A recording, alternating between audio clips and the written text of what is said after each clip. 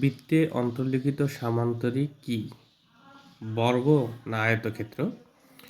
এই দুটি প্রশ্ন নিয়ে আমাদের প্রায় কনফিউশন তৈরি হয়ে যায় যে এটা একটা বর্গ হবে কি না আয়ত। আবার বৃত্তে অন্তর্লিখিত রম্বস কি, এটি একটি বর্গ নাকি একটি আয়তক্ষেত্র, এটা নিয়েও আমাদের অনেক কনফিউশন আছে।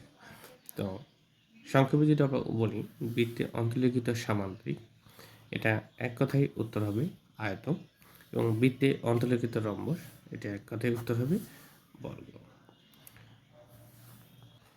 এখন আমরা একটি বৃত্ত অঙ্কন করি। একটা বৃত্ত, এর ভিতরে আমি একটা সামান্তরিক অঙ্কন করি। আচ্ছা, একটা সামান্তরিক অঙ্কন করলাম।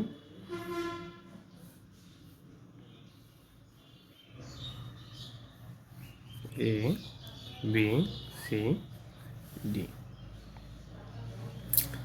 একটা বৃত্তস্থ চতুর্ভুজ সামান্তরিক যদি বলা হয়, তার মানে এর বিপরীত কোণগুলো 180 ডিগ্রি, অর্থাৎ এ কোণ প্লাস সি কোণ 180,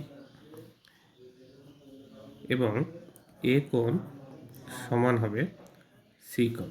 যদি সামান্তরিক বলে,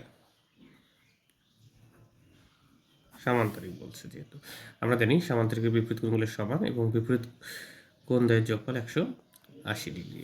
তাহলে আমরা বলতে পারি এ কোণ সমান হলো 90 ডিগ্রি এবং সি কোণ সমান হলো 90 ডিগ্রি। এভাবে বি কোণ এবং ডি কোণও 90 ডিগ্রি আমরা বলতে পারি।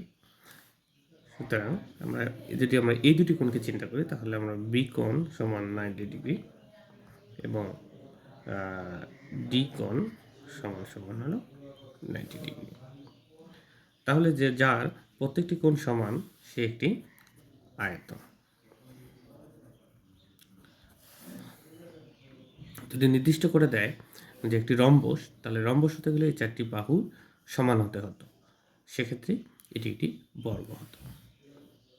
আশা করি বুঝতে পেরেছেন।